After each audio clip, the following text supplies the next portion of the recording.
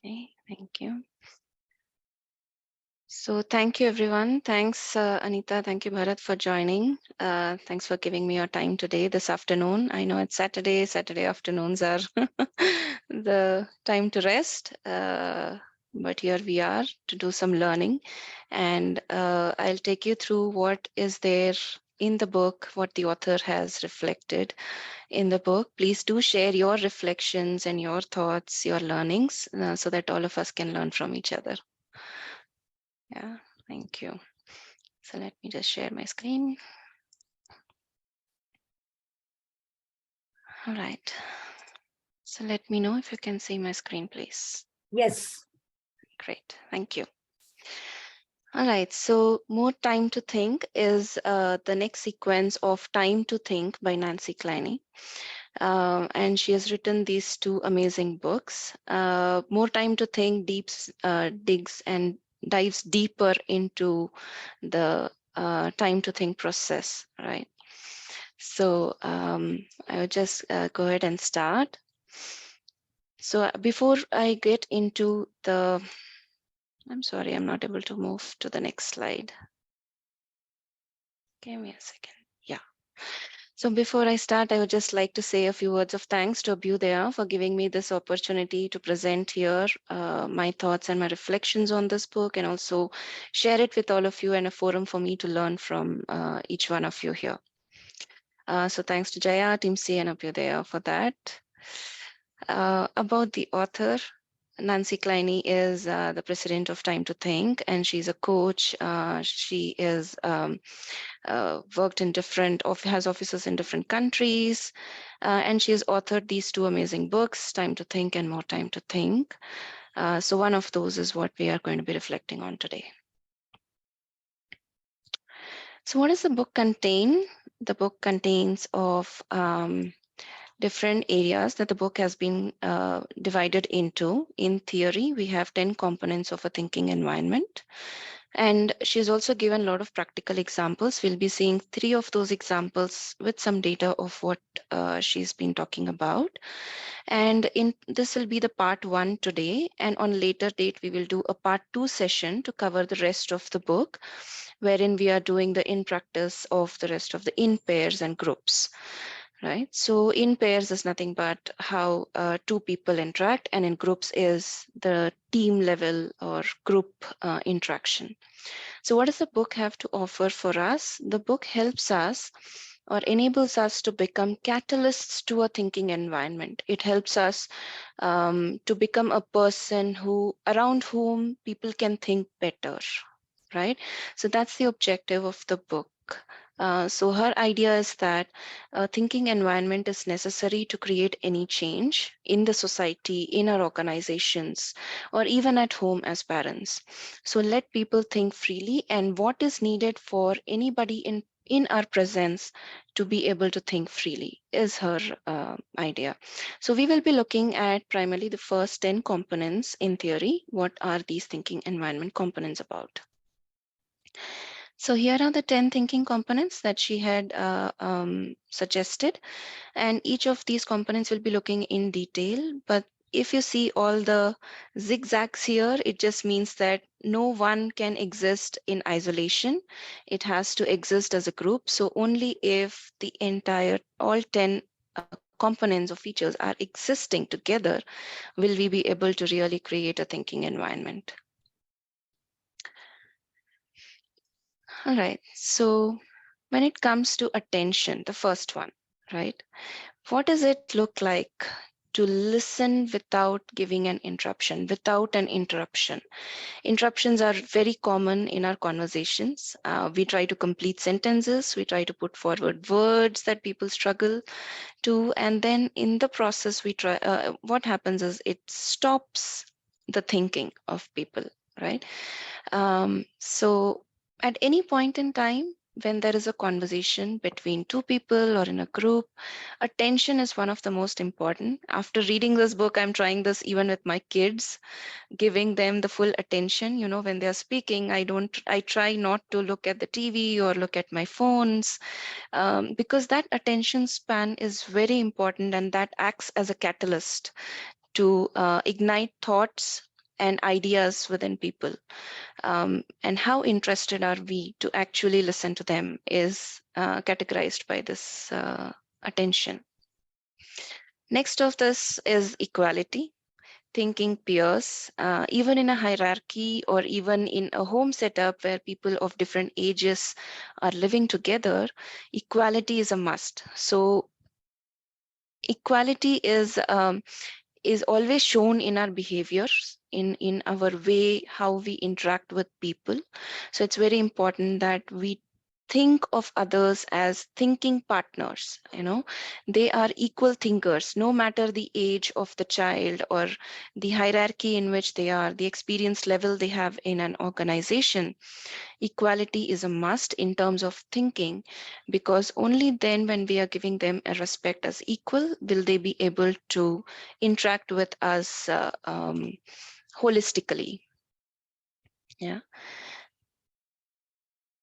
Okay, I'll take a quick pause here and would like to just understand. So she talks about a situation in our current culture or the world, right? Rushed is important. When you're tense, it means you're focused. You are tight as a professional, which means you are very close knit and very not very jovial, or a little tight in personality. Does it mean you're professional? Does it mean only if you're facing with stress, if you're faced with you're pressured? Does it mean you grow, and does it mean you're alive? Does it mean you grow in your career only if you have stress? So I just want to open it for all of you to understand, what are your thoughts around this? What are you seeing in the current world, and how are these working for you? Can I go? Sure, please, Anita. So I used to believe so, because I used to see people living this way, like including, how certain people in my family would behave a certain way, so that the rest of us would think that their time is way too precious in Mm, comparison to the rest of us. And I think somewhere along the way, I also imitated this quite a bit. mm, Probably I still do, except that now when I do, I deliberately do it, as in I'm aware that I'm doing it. But I think I strongly disagree with this now. Uh, true. Mm, so because yeah, like ease. I mean, I was so happy when I read this book, and when I saw this mm, part about ease, especially the ease, because mm. managers, they are in such a thing to, okay, we have to complete it. There's a timeline, blah blah blah, and all that, and they don't realize that they bring the vibe down. Down, Yeah, absolutely. Yeah. yeah, I disagree. I yeah. Anybody else has any other thoughts? Yeah, Ramya. I also don't agree with this. Although I mean, I have not read the book. I would definitely want to spend some time and go read the book completely. But with what I understand here, that yeah, being tensed is means focused and tight is professional. So is something which most of the people are in that kind of a zone. But I don't think that exactly means that they are professional and they are focused on that. So I think it is more important, like what Anita mentioned, as a manager or as a leader, it is important for anyone to keep their the other their juniors or their other peers to be Mm, comfortable. And it's also important that they have that positive vibe, which actually creates a positive environment for everyone to work. I think that is more important. It always, if you're always a closed person, doesn't mean that you are only focused, and others who are a little jovial or who are a little uh, uh, chilled, I would say, I mean, to put it in a way, that doesn't mean yeah, that they are not. Yeah. So yeah, that's what I believe. agreed. Absolutely. So people who are like that, a little chilled, so the ease at which you are from inside is always radiating that ease outside too, isn't it? And I saw a movie Sorry and to interrupt. yeah, I think MS Dhoni is a great example when it comes to cricket in that way. As absolutely. a leader, yeah. Yeah. Absolutely. Agreed. So yeah, I also saw this in one of the movies where he says, slow is steady and steady is fast. So if you are at ease inside, you are doing things. It doesn't necessarily mean slow. It just means you are at ease inside, which is helping you to think better and probably plan better and do things the better way. And you also radiate that ease to the people around you, and that always helps in speeding things up indirectly. It is not that come on rush, let's do it. So it's more of an ease inside, and the calmness inside is always making people to think better and put forward thoughts or actions, or it could be anything in a better way, right? So hence she also says ease equal to quality, right? So it's the stillness and the focus, what you notice, what you see. So when you are calm and you are at ease, you also notice things that are unsaid, things that are not spoken directly, right? The gestures, the posture, you are able to interpret a lot of things in that case. So that's what ease is. Bang on, Anita and Bharat. Thank you for adding those points here. So the next one she talks about is appreciation. Now, this is the most difficult for all of us, isn't it? And me personally, I can talk for myself. Yes, appreciation, both giving and accepting. We shy away from both all the time. So even if somebody is giving us an appreciation, we always think there could be an element of maybe there is a lack of genuineness. What is there? Why are they appreciating me? Was it that great? I don't think so. I just did my job. So we shy away from even receiving an appreciation. At the same time, we are also very eager to criticize people. We are shy to even give appreciations. So for a thinking environment, she says to have an open mind. um, 5:1 ratio of appreciation to criticism, right? You are appreciating 5 times. It is okay to criticize once. So uh, it gives a proper balance, and it ensures that you do not feel demoralized or very low, because we are so used to criticism from our childhood. Giving and receiving appreciation is the biggest challenge for all of us. Yeah. So, and hence she puts forward a very good, incisive question. She says, if you knew you are good, what would you think or do or feel differently, right? So, something that we can and should ask ourselves when we are down and low. If I knew I'm good, I am capable, what is it that I can do now? What is it that I am going to feel differently? So, um, something to do a self reflection on again. And I think appreciation and the encouragement, for me, personal feeling goes together, uh, because encouragement, according to her, is elimination of competition. And what we see around us in our culture, in our society, is competition all along, right from the day you are born, right from putting a child to school. Is your child going to this school? Is it that school? And till death probably. So competition is everywhere, and even organizations believe that creating healthy competitions bring in a lot of ideas. However, the author thinks a little differently. She says it is the courageous thinking which will bring in ideas, and not the competition which will necessarily bring in ideas.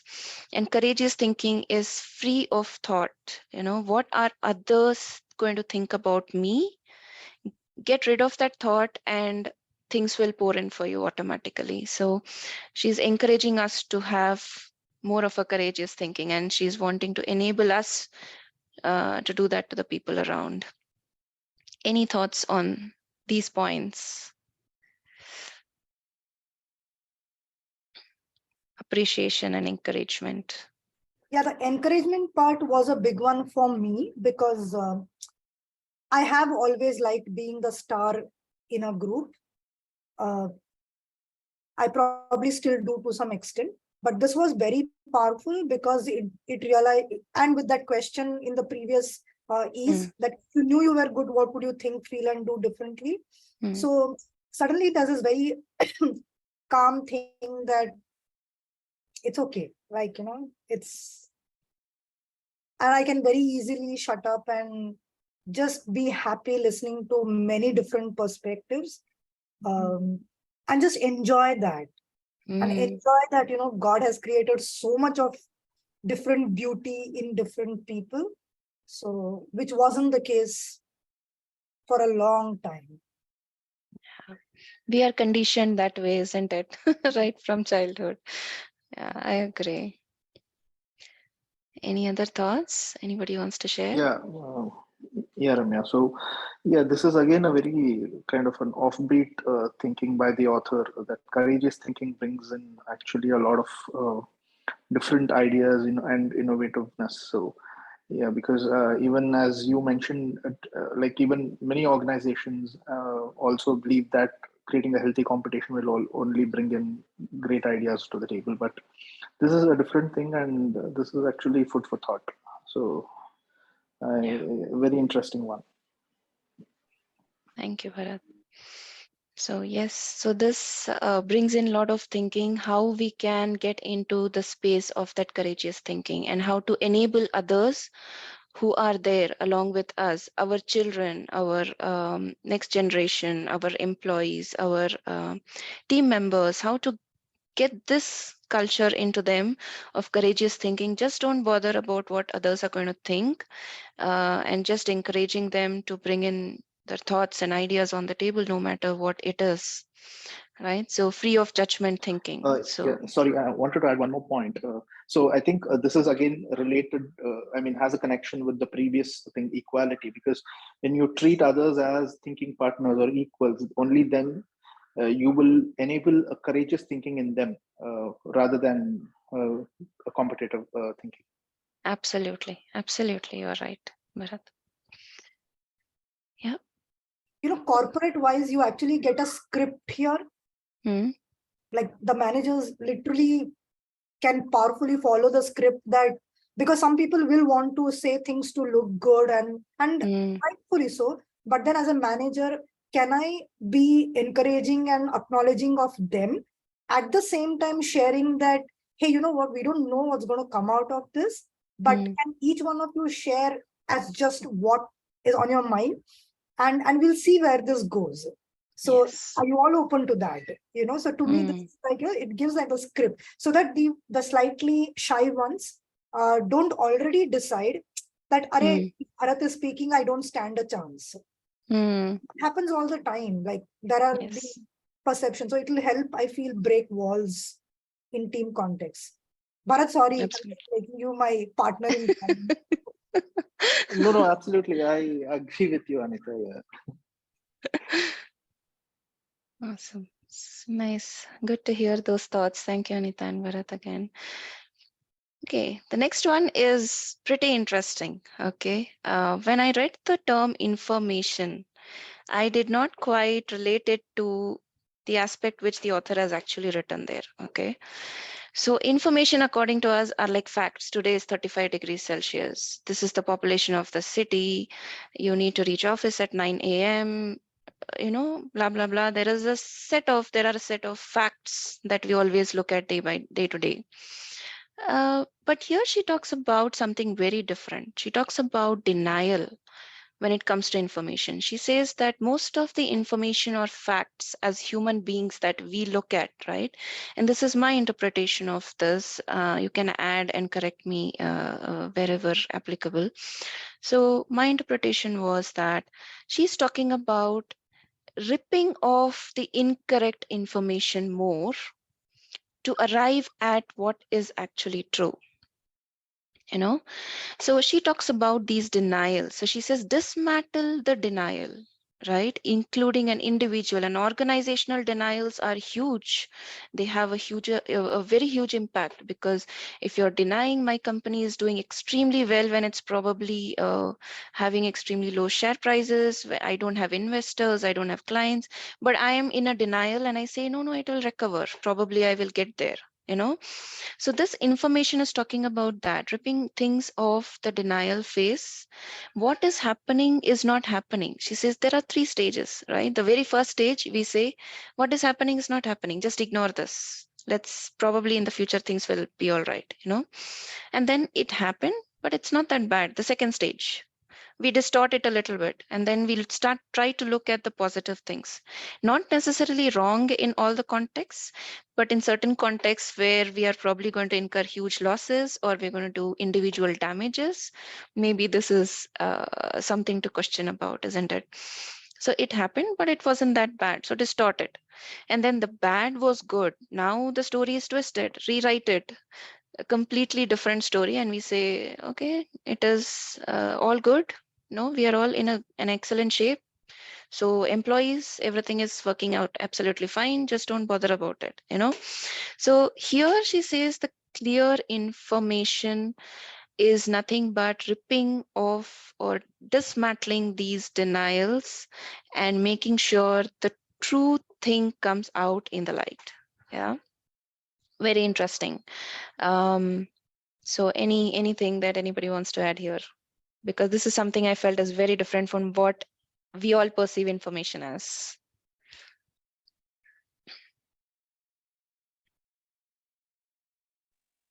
Yeah. So basically, it is bringing truth to light, and I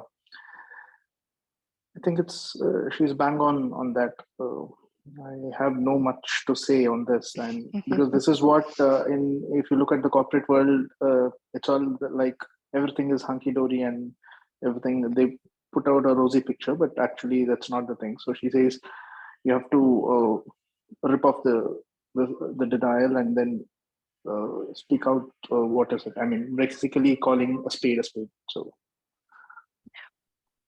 Yeah, thank you.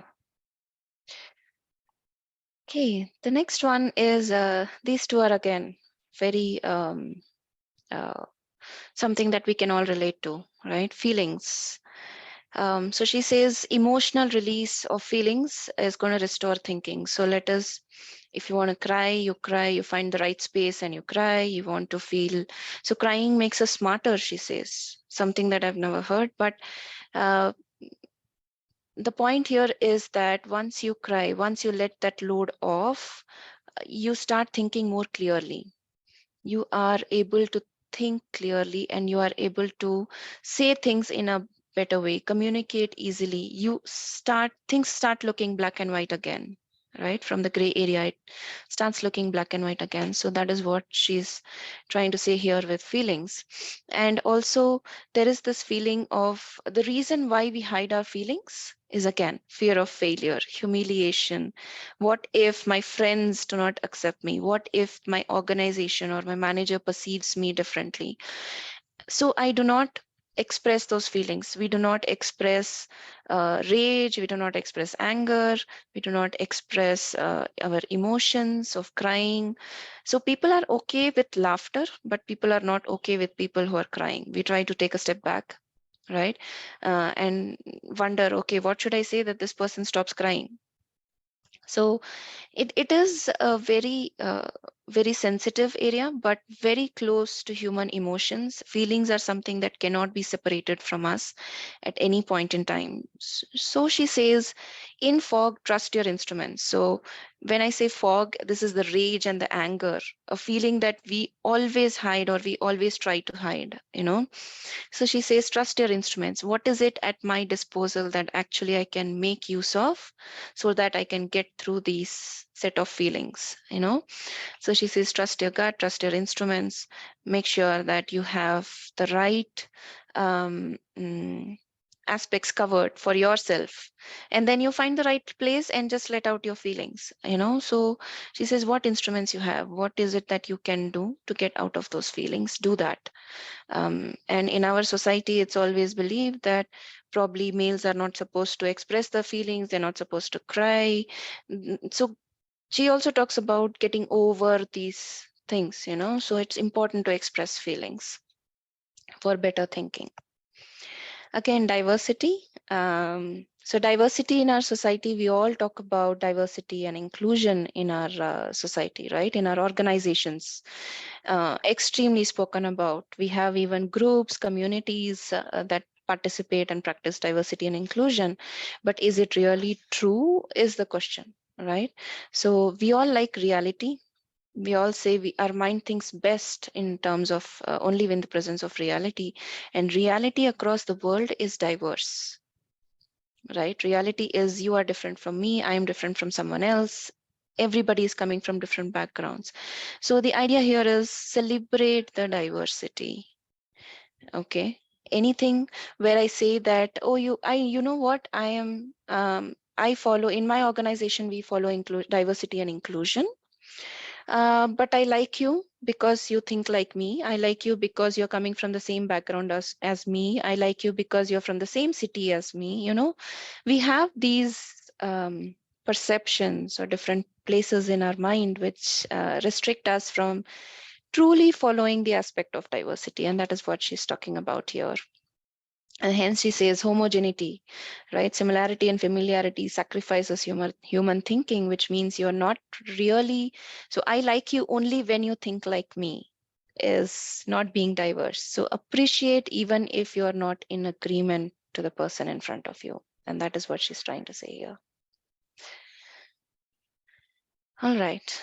So incisive questions. I just have a small video that I'll probably share with you before I move on to the incisive questions part. Ramya, sorry to interrupt. So, Yes, please. just one point I would like to add. So, as you said, diversity and inclusion. So, it is very easy to say it. I mean, in the as a policy, but again, very very difficult to follow.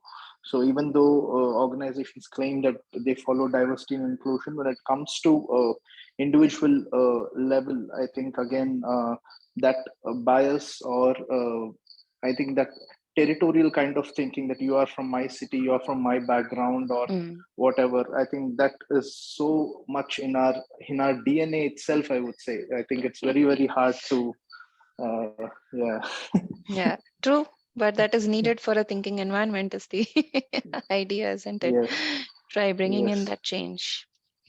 Okay, I'm going to start sharing, but let me know if you are able to see the video.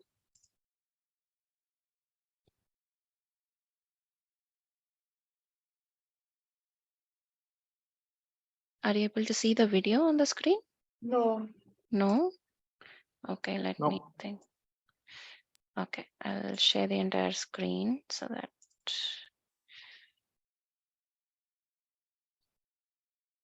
Are you able to see now? Okay. Yep.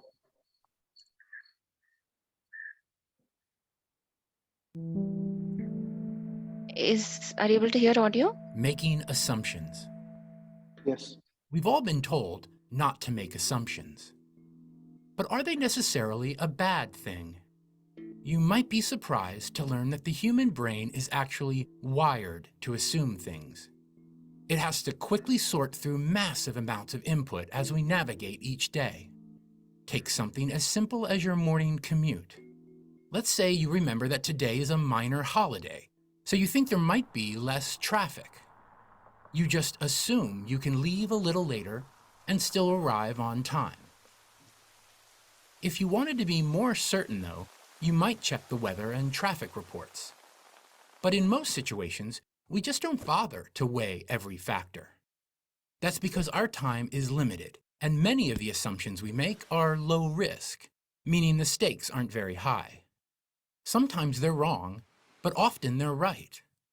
Now, think about first impressions when we meet somebody new.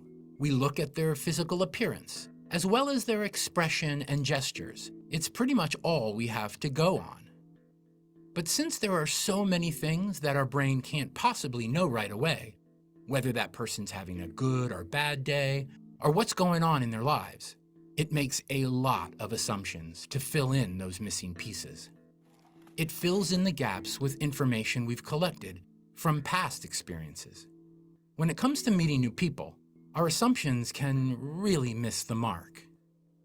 But if our brain is designed to think in this way, what can we do to help us not assume too much, allowing us to keep an open mind?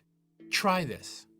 The next time you talk to someone you don't know that well, notice when your brain starts weaving a backstory. The more you can pause, recognize, and question these assumptions, the less likely you are to be misled by them. And over time, you'll have a better chance of seeing people for who they really are.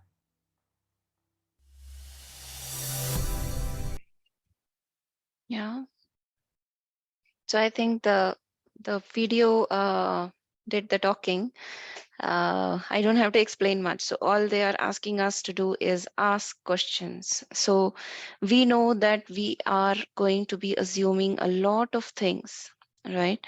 So removing the untrue assumptions. So question yourself to understand which assumption of mine is true and which is not true, and then which one is stopping me from doing the right thing.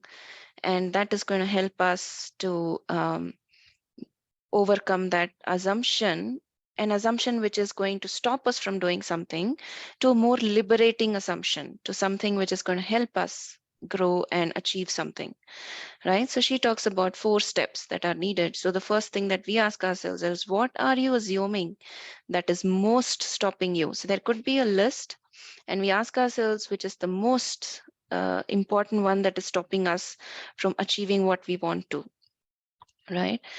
Do you think it is true? Now put that assumption in this question and say, do you think this assumption is true? And you answer it yourself, isn't it? So what is true? So maybe it is not true. So if you say it is not true, then what is true and liberating instead? How can you replace this assumption with something which is going to be more liberating in nature, which is going to be more accurate in nature? So we will see some examples as we go in the next section, and where the incisive questions actually help us through this, right? And then we replace that and we say, if you knew that this is your liberating assumption, how would you go forward now? What do you want to do next? So then the decision that you actually take by replacing your untrue assumption with a true assumption is actually going to be different. Yeah? So that's the idea.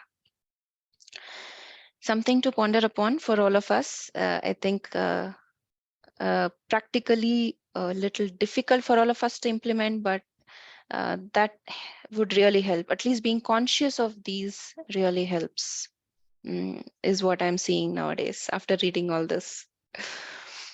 Okay, place. Now, place is something that we usually underestimate. Okay, when we are talking to someone, place is something that actually tells them without saying anything that you matter, you know, that I bother about you, I care for you, and I know that you want to speak to me. So keep them in a comfortable place. So sometimes there are certain conference rooms in offices I've seen where I really don't like having one-on-ones, because I somehow feel that in that space, or maybe I'm walking through a place where there are people sitting whom I do not want to meet. There are things like that that we always underestimate, but they actually play a very major role in our thinking, in our free thinking.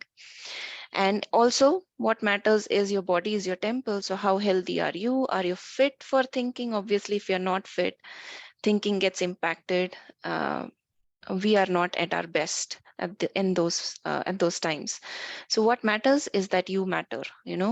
All that matters right now to me as a listener is you, and you should be comfortable in the place that we are talking with, right? So any important matters, anything that includes a lot of thought process, should have place into consideration for sure. Okay, so we've covered some Yeah. part of these 10 components. Yes. Yeah. Go ahead, Bharat. No, I was just wanted to no, I just wanted to comment that like too much to take in. So yes, definitely a lot to ponder about these two aspects.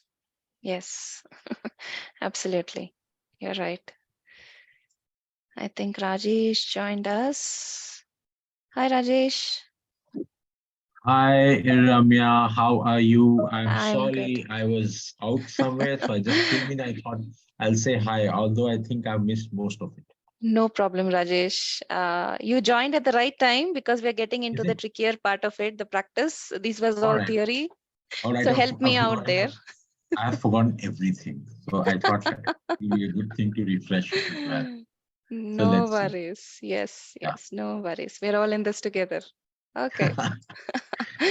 Okay, so we finished the theory part. So we saw the 10 components of thinking, environment, what all are needed. The next aspect that the author talks about is in practice. Okay, so she has classified this practice part into doing it in pairs. Pairs is the one-on-one conversation, okay, where you have a thinking partnership. There is dialogue, there's coaching, coach supervision, there is mentoring. Okay, all of this comes under the pairs. And she's also split into another part, which is groups, right? How to transform the meetings, how to do it in a setup where there are more number of people involved. Okay, so Yeah. today in this, we will be seeing three examples or three parts. So what she has done is she has given 7 examples for in pairs and 6 examples for in groups. Okay, so today, since it is too much to take for everyone, we covered the theory part a lot. So we will cover 3 examples for in pairs, and the rest we will do it in part 2 session next month. Okay, so so here in this, before we get into the in pairs, right? She prepares us mentally for certain things to think about and ponder about. What is wrong in being wrong? She asks, right? The mind works at best when there is a question present. Sometimes we do not think for ourselves, but when somebody else is asking a question, and then that makes us think, maybe I never thought this, and then there is also this another aspect of liking or loving questions that prove us wrong. Very difficult for all of us as humans, isn't it? Because of all the ego that we carry with us. Somebody says you're wrong and our brain switches off. But the idea here is that as a listener, even if the person in front of you is saying something that you disagree with, right? The diversity part comes here into picture. Love those questions. It is okay to have something in front of you which is going to prove you wrong, but the road to the wrong is going to be the final road to right, isn't it? So it is going to take us in the right path eventually. So risk being wrong. It is okay. So that is what she preps us with. And then she says, in a thinking environment, mistakes are fine. Even if the listener is wrong, even if the speaker is wrong, it is okay. Live with it. Because only when you're wrong, you can get into the right path. Yeah, so these are just preps that she does for us. And then she also preps us for a positive philosophical choice. Okay, this is a very tongue twister like positive philosophical choice, but she's asked, are we good? Okay, so as humans, when we are thinking and we are speaking, first thing that comes to our mind is, are we good enough? Am I right enough? What is the other person going to think of me? A lot of things play a role here.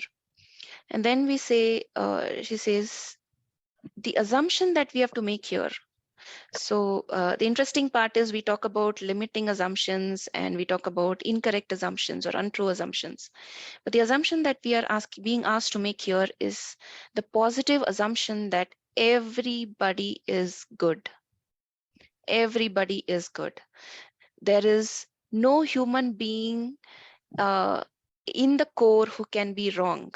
It is just the thinking which is wrong.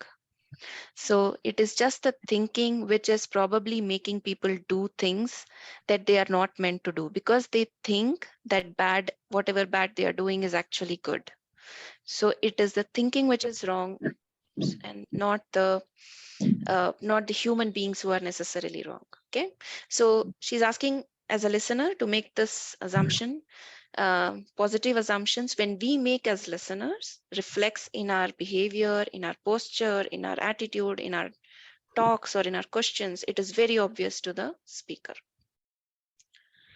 Okay. Here comes the first example that she talks about. Okay. This example is only for listening, pure listening. Okay. So here she talks about a person who's coming in to her friend, and she has all this rattle going on in her mind, and she says, oh, you know what, I don't think my organization is treating me right, or I don't think I'm doing the right job. A lot of things, right? She keeps speaking.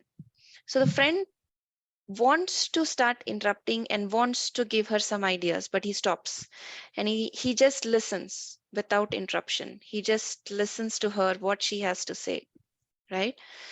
And so then he gets into a mode of understanding, do I really want to know what this person is thinking? Let me just listen. Okay, how can I help them best? Only when I listen. So he listens to her. So she talks, goes on, blah, blah, blah, 10 minutes.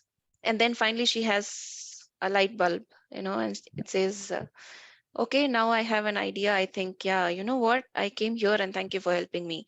Wherein this person has probably not spoken much and just asked her, what else do you want to say? And that's it. Did not ask any other question to her. What more do you have to say? What more do you think? And that's it. So it is just the listening part, right? But in reality, what do? We interrupt each other all the time. I speak, you interrupt, you speak, I interrupt, and then it goes on. Then there is a big war for a power of speaking. So it always happens. So in our day-to-day settings. So this is something that the author says, to limit and to listen intuitively with full interest. I want to understand what you are thinking, and I'm all interested. Please go ahead. So that's the first example that she talks about. Yeah. Okay. So here she says, when I am listening in that aspect, okay, there are two parts to it. The first part is just enough. First part is listening, right? Wherein I am actually admiring what I'm seeing. But sometimes we do not see what we actually admire, right? We do not see her thoughts. We do not see the person's thoughts. Or we do not see that the listener has been very calmly and attentively listening. But those are the things that has actually brought in the change.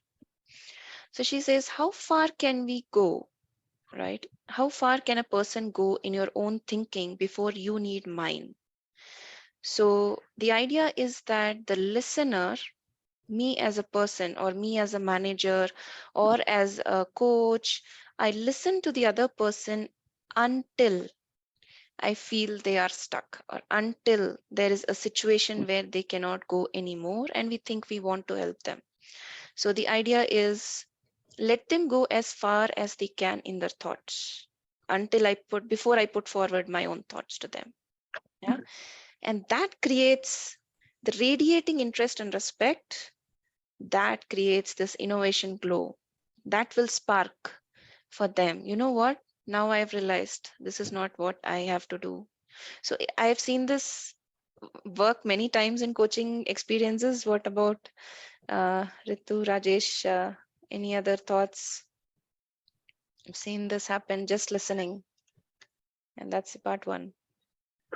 Yeah, I don't know if I'm able to recall what's exactly there in the book while we are discussing this, but listening to you, my thought is that whenever we are having a conversation, you're listening to the person, and then you are at the same time thinking about processing what you're listening, and you're thinking about how would you respond to what you are listening to. Mm. Yes. And this is what I was doing and all of a sudden when you asked any thoughts, the innovation glow or the my thought was that, okay, what am I going to say? And in the process, you probably lose out on the beauty of or beauty of the thought that the person is putting forth. You lose out on that. But this happens with anybody. This happens with me. I am sure it happens with a lot All of the people time. all the time. All the All time. the time. You are listening to, and which is not a quality of a good coach. You're listening to respond rather than Yes. you're listening to understand. Understand. Yes. Absolutely. You're right, Rajesh. So that is what she's talking about here. Listen to understand. Listen to help them go as far as they can before you actually put in your 2 cents. Right. Hmm. So then she talks about the second part, right? Here comes the next example. She says, okay, now I have listened to someone completely. Okay. Now I want to arrive at a goal. This is the second part. Sometimes just listening is enough. People who are going through emotional stress and a lot of things in their life, it is just good to have someone to listen to. And that works wonders for them. Sometimes it also drills down to having some action plan, right? Here is where she talks about a second example wherein a person is in a dilemma, right? How to enable um, a lady in his organization who is undergoing some unethical behavior at home, which has been reported, but the organization is kind of ignoring that, you know. So he talks about what is ethical now. I want to take some action. I don't know what to take, is the coachee or the person coming to with a problem, right? And here is the listener who is again not asking anything. Okay, again, sorry, again, not saying anything or not suggesting anything. Okay, because we might be wrong in suggesting an action sometimes. That might not be the action that the other person wants to do. Let them figure out an action for themselves, is the idea. So people think in their own words and they have their own setup and own priorities and own ways of thinking. So let them decide for themselves. So here the author talks about the person asking questions, right? Only asking to reveal that limiting assumption, to reveal what is that assumption that you are making. So the speaker says, I'm making an assumption that if I notify or report about my organization to a third party, I will be betraying my organization. Okay, I'm also assuming that I will be thrown out of my job. And so now the listener asks, so do you think, is it really true that you will be betraying your organization? He says, I am stuck between the two, whether to betray my organization or whether to support my team member or co-worker on an unethical behavior. So here is where the person just asks questions, the incisive questions again, to reveal that truth. Okay, reveal that layer of or remove the layer of that untrue assumption and add it or change it into a positive assumption or a true assumption. So then he says, okay, now I've made up my mind. I'm pretty sure even if I lose my job, it will be very unethical for me not to report what my organization is doing. So I will be doing the same mistake that my organization is doing, and I do not want that to happen. So then it is replaced by another assumption. So what is the liberating assumption? Liberating assumption is I'm going to assume that I will be reporting my organization. Okay. And in the process, I will make sure that I will probably get another job, which is much better than, or much, I will get to work in a place which is much more ethical, you know? So, so it became the unethical behavior here, which was under question, from an untrue assumption transformed into a true assumption with an action plan. And that is what the author is talking about here, the 8 different goals: action goal, feeling goal. Most of these are more or less self understandable. However, action is the way we are going to take an action on. Feeling is how we change what we are feeling, removing the blocks, understanding why I goal. I was a little confused when I read that. So just to help everyone, then I got that clarity after I went through it a couple of times. It just says that why I behave a certain way, setting up goals, why I do certain things, understanding those kind of goals, looking at assumptions, exploring new topic. Activity goal can be drawing, coloring, painting, gardening, some kind of activity. And information goal, again, any of the collecting information or removing the untrue things. Yeah, so the last one that we have. So what is right? What went right in the previous one was the action goal, that we removed an untrue limiting assumption.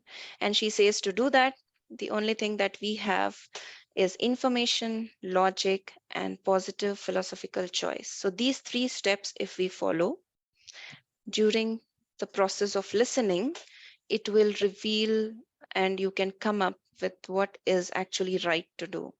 So information is nothing but removing the untrue assumptions layer by layer with questions, incisive questions. And then logic, where you actually see a logic between what is true, and then removing, replacing it with a positive philosophical choice, where we are saying that something that is happening is actually going to happen for best, you know. So I'm going to stop here. I'm not going to talk about the last one because I think we are short of time.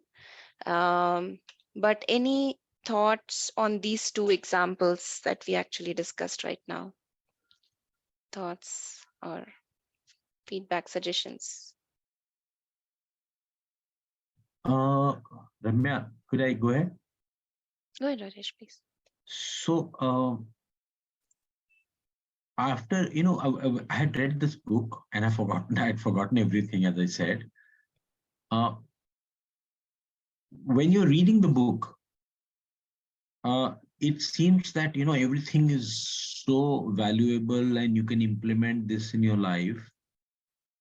But when you actually, after some time, after 3 months, like now, it's been 3 months that I've read the book, this action goal and why, understand the why goal, etc., is just not there, which means either I did not understand it properly, or if I understood it properly, I didn't have the inclination to implement it well.